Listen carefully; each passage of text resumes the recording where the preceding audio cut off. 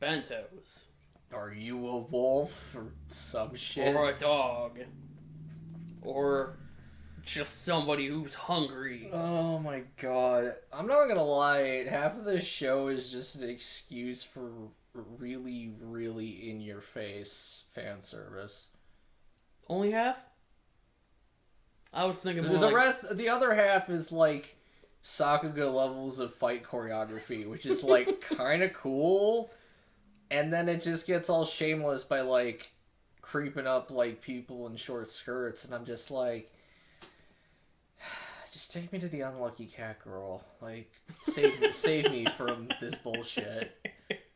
Or better, or like maybe a slight downgrade, but take me to the slash fit girl who's writing yaoi garbage. Yeah, sure. She's great. So anyway, this show is about a bunch of people who are really dumb and they fight for bentos or half price. And they pretend like it's the most honorable thing on the planet as they punch each other out for half price bentos. Yeah, it's great. No, it's not great. It's really fucking dumb. So there's like 3 arcs to this show, despite only being 12 episodes. Like the first 4 about our main guy becoming a wolf. Mm-hmm. And like, there's this I think it's the Kendo Club. They have a thing where they all team up and then so they can get a bento. Yeah, they hold off the wolves and then everyone comes in and grabs what they want. And then they do this like quick shuffle and then the other people can grab what they want. Yeah. And he like contemplates it for a bit, but he's like, it just doesn't taste as good unless I got the shit beaten out of me.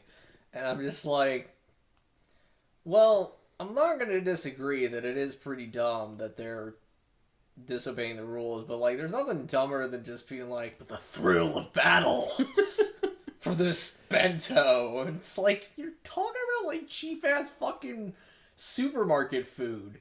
That's like going... They're high schoolers. It's like going to the 7-Eleven and fighting over, like, It's like going to Walmart at the end of the day and fighting over those rotisserie chickens and those other prepackaged garbage where it's just like... It's not worth that much. No, it's fine. Don't worry about it. I mean, I get they don't really have a budget, but, like... it's so... It's the part where they play it up like it's about honor. It's about the thrill of battle, and it's just the dumbest. Alright, so then we move on to the second arc, East vs. West. Yes. Because there's a gang. Okay, so the main guy of the gang is trying to take the name of one of the brawlers who he looked up to. Yeah, she was the Monarch Butterfly or something, and she got beat in a East versus West versus the Wizard, I think. Yeah, the Wizard who showed up for one episode and you thought was a completely different guy. Because the character kept showing up, and I was like, I guess it's that guy. There's 2 guys who look the exact same. The only difference is one guy has piercings and the other does not. Yeah, that's the part where I was like, did that guy always have piercings? He must have just had piercings, because I don't know any different. But yeah, so the new Monarch is like, yeah, I'm gonna start a war, a bento war. I'm gonna conquer everything and make up for the honor of the lost honor of the... Again, more honor bullshit. I'm gonna make up for the lost honor of the Monarch Butterfly. he speaks a lot about honor, but also swings around a fucking shopping cart. Yes. Just fucking one-hands that shit. Just picks it up and... The man's a professional wrestler. Like... In terms of size and build. It's ridiculous. We forgot about the part where they have the rude lady who like shows up before... Oh, the boar? The boar, yeah. And like... She just shows up and she just runs down anybody in her way. She's like, I'm getting those bentos, those are mine. I have no honor. I'm not a wolf. I just pack them up. Throw the stickers on there. Hurry it up, you old geezer. Give me the fucking bentos. She's such a dick. And like like have strategies for dealing with her.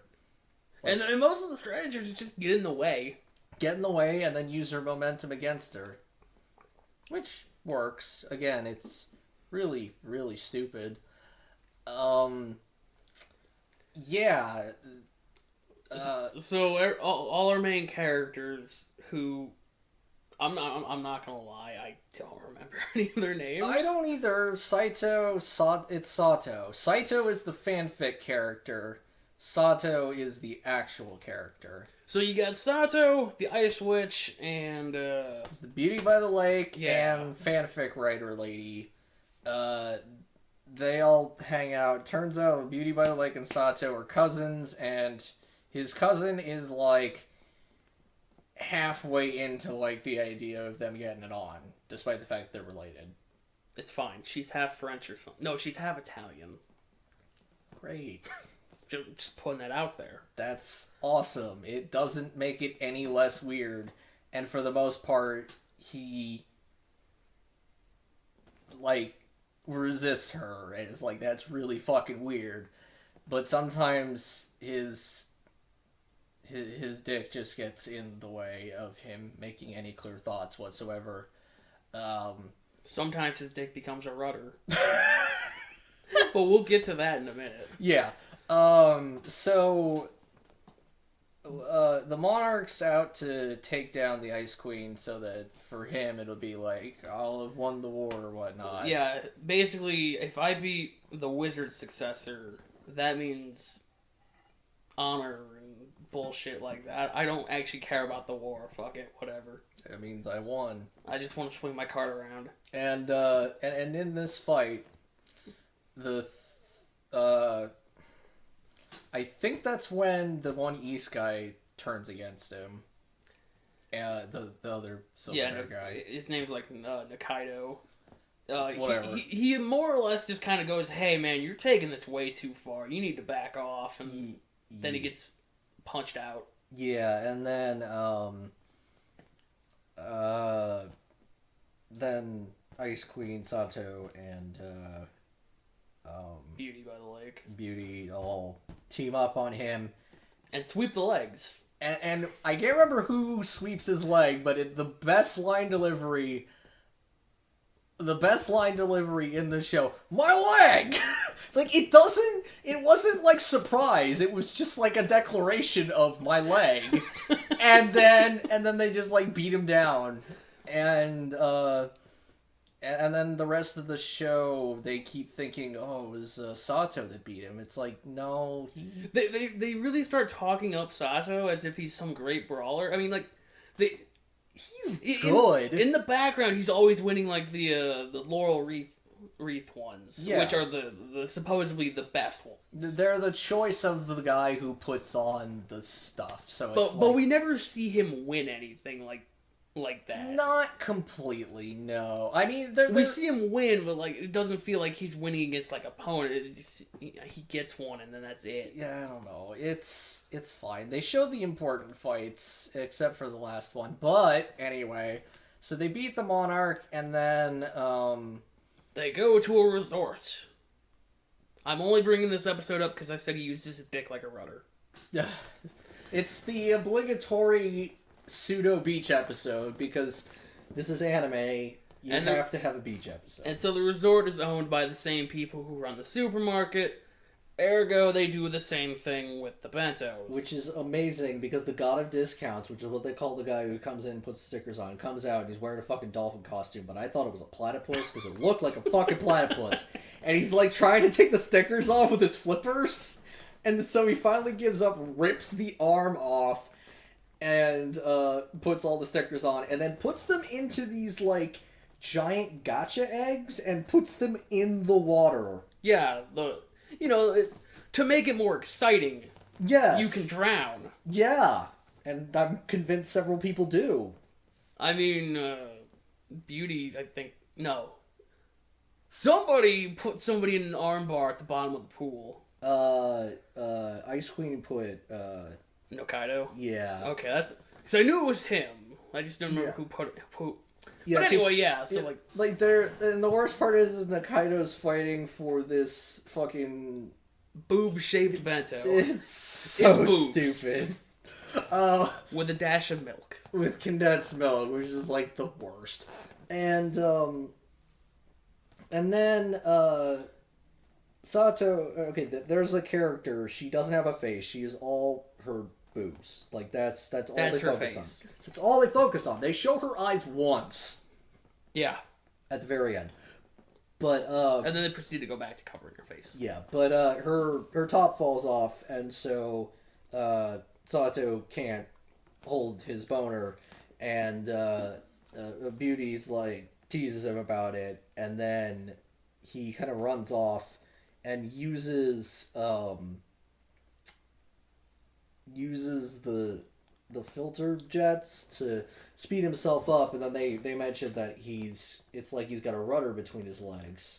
Yeah, he's using like a fin or something like that. He put the arm that got ripped off over his junk. Was it the arm? Yeah, it was. Okay. I thought it was like a fin, but no. I mean, it was definitely was a fin. Yeah. And he gets the bento he wanted, and then despite supposedly sporting an erection, his swim trunks fall off inexplicably, and he flashes everyone his dick. Yeah, but the best part is he's holding up the thing. He's like, "Look how huge it is! It's so big!"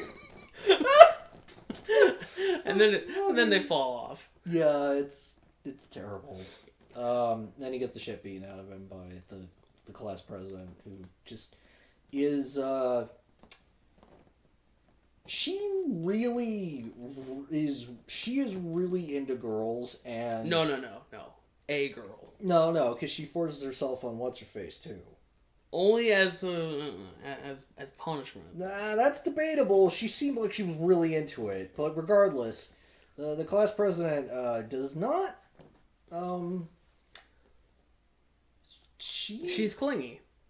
No, she's creepy. Yeah, and clingy. Let's leave it at that. She is really uncomfortable. Anyway, yeah, and she also beats the shit out of Sato because she really likes the fanfic girl.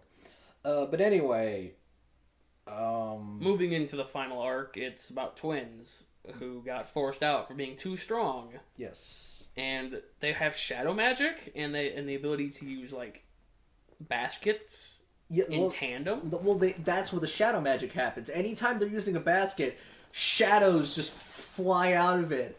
And, like, they're bouncing off these things, they're bouncing off the walls. They're friggin' ridiculous. And they beat the ever-loving crap out of people so hard that they quit.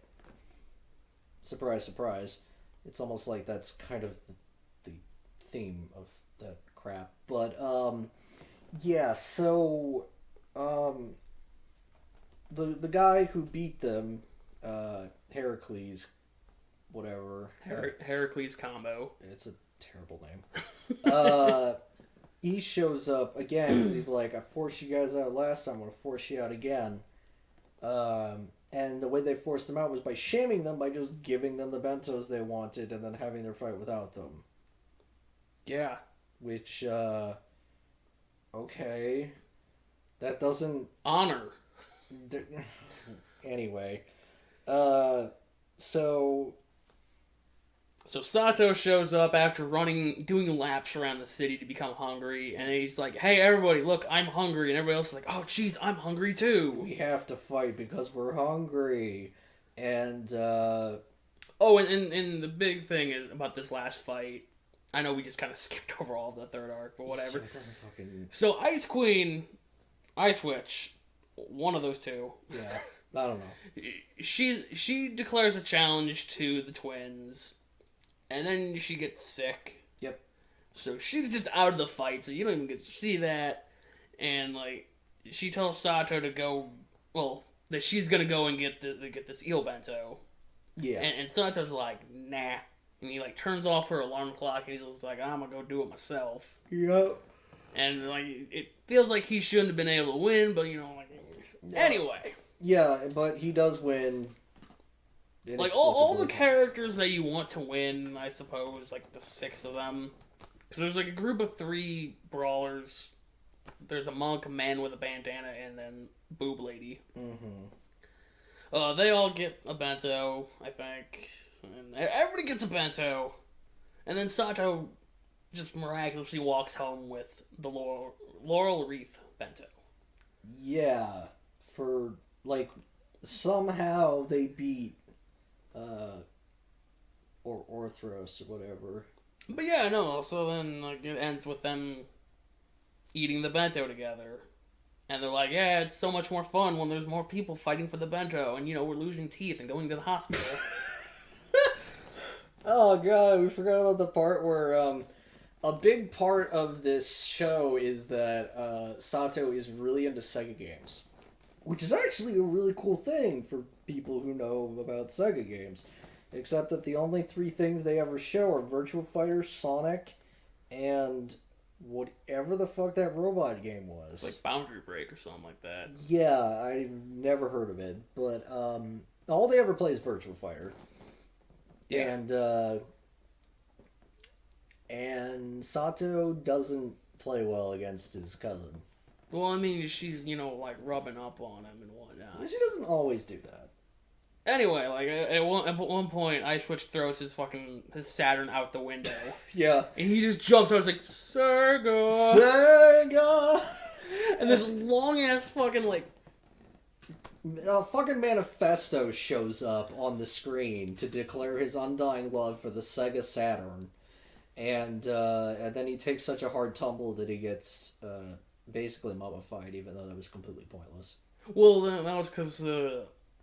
Bad Luck Cat Girl, her family owns the hospital, and Beauty's paid off the hospital to wrap him up because it'd be funny. Yeah, which leads to some mistaken identity crisis. And... he thinks he's gonna get laid by hot nurses, but as it turns out, they think he's someone else. Yeah, the nurses thought he was the Ice Witch, and he was not. Yep. Anyway. But we need to talk about, there are two more things we need to talk about. Number one, the cat girl. The Bad Luck Cat Girl. She has the absolute worst bad luck, and our introduction to her is, I don't even remember what exactly happens, I just remember how it ended, where she ends up going for a soda, and accidentally gets cans ejected at her, and then every single can she opens just sprays her in the face, and she's loving it. So, Sato goes to their school. Mm. Oh, yeah. And he gets involved in this long chase. He's basically naked at this point. Yeah, because they're threatening to put a battery up his butt. I don't know why. We're not gonna worry about that. Anyway, so he has to cross dress, and then Beauty's like, "Oh, by the way, she's got really bad luck, and I didn't want her to touch you because that would rub off." Mm-hmm. And he's like, "Well, don't you hang out with her all the time? Like, how do you not have bad luck?" And she's got this fucking charm that just like disintegrates. Yeah. And she's like, "Yeah, I guess the bad luck might have been too strong for the charm." Damn. So she sends a cat girl to go get drinks. And that's when the whole fiasco with that ends up. And then the next time we see her, she is on top of a vending machine. She gets dumped off, but somehow she found a free pass to go to the swimming pool.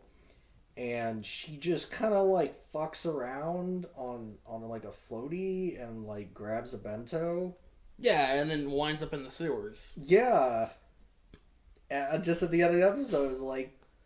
She pops up out of the sewers like, that was the best time I've ever had in the sewers. Yeah.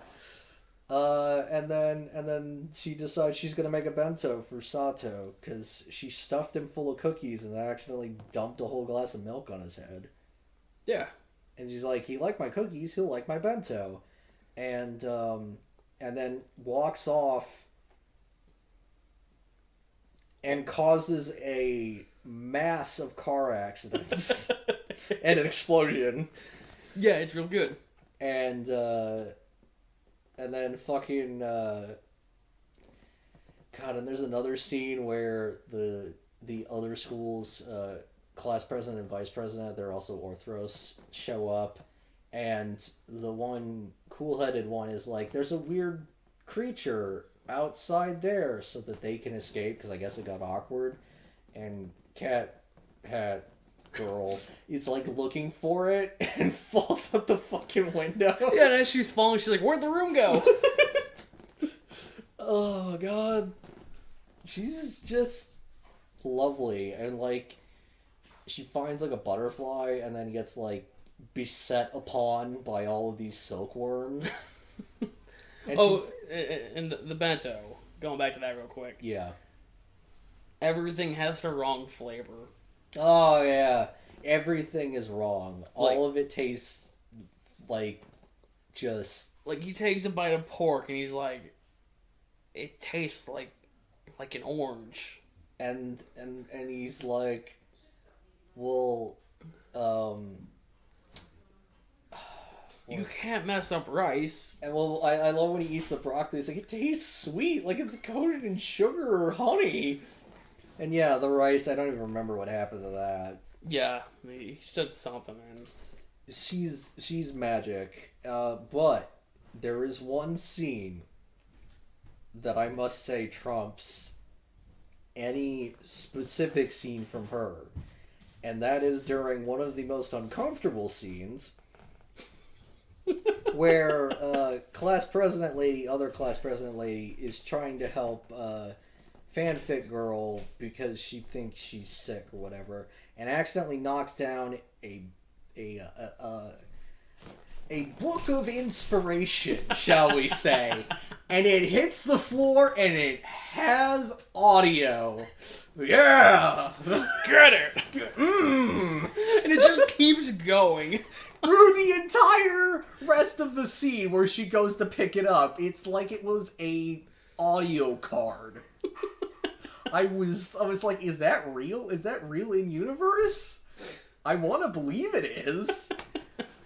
Oh, dude. I choose to believe it is. Yeah, so I choose to believe there's a tape recorder in it. It's so awesome. But other than that, unfortunately, I can't say I was all that impressed. Yeah, no, I don't blame you. The fight scenes were kind of cool. The fan service got old really fast. Yeah. And our character being a pervert got old even faster. Yeah, it was amazing. Alright, let's throw some fucking numbers at it. I managed to extend this a little bit further. Plot. Oh boy, there was some plot. There was like this whole war between the bentos and like give it a 2. Yeah, the plot was fucking stupid. Characters. Most of them were bad. One of them was amazing. Okay, one was great, the other was incredible. They didn't use the incredible one nearly enough, but I was really happy that she just started showing up for multiple episodes in a row towards the end. That was great. And Fanfic Girl, like, solid all the way through. I enjoyed most of her gags. Give that a 2. Yeah. Animation. Honestly, better than I was expecting. Not a whole lot of it was absolute garbage. The fight scenes were great, and everything else was kind of like average. Yeah. 3, 4, somewhere in there. I'll hit it with a 3. Genre strength. What is this? I want to say it's almost shonen, but like not, because it's like part shonen, part bad. It's not even a harem. Like, I almost thought like Unlucky Girl was gonna end up like roped in with that, but like she's really not. She's kind of a neutral party. She just genuinely thinks that Sato likes her food. And, so, like, the best I can put it is it's battle anime, because that's what it's about, except that the battles half the time are kind of, I don't know, like, the fact that we can't even nail down a genre, I think, really cements that its genre strength is bad. I'm gonna give it a 1. It's not good. The dub. Huh. Well, we've got two bits that I think are incredible, which is my leg and get it, yeah. I feel like there's at least value in that for 1 point. Yeah, I'll give it one. Special mention. Oh, God, I wish I knew her name. Like, she was actually such a good character that I should remember her name, but I don't. Well, that's because they don't say her name enough. Yeah, they kind of do, but like it just goes into one ear and out the other. As I'm just brain dead to how stupid this show is. Yeah, I'm looking them up right now. All right.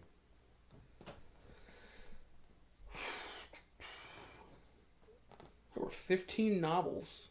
Wow. 15 whole... Wait, it's a light novel series? That's just... And Yeah, it just says 15 novels and then 3 manga adaptions. That's awful. I'm good. You sure you don't want... I do not want to read 15 goddamn light novels about people fighting for bento. Are you sure? I can't deal with it. It's fucking stupid.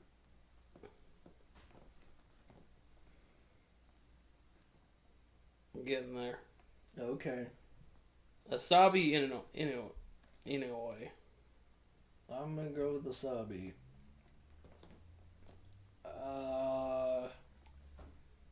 Do I want to give her a 1 or a 2? I mean, honestly, I watched this anime like either a year ago, 6 months to a year ago, and she's the only thing I remembered. But you didn't remember, you were like, I don't know if she's still gonna show up. So I don't know. Look, man, all I remember is like the cans and the pseudo beach episode. Everything else was just kind of a blur. That's fair. Honestly, I'm gonna hit her with a 1. All right. I don't think it was that good. So 6, 10. Nice. Almost 10. Another average anime. Hooray. After 2 not average animes. Yeah. We did it. Hooray. See you guys some other time. See you later.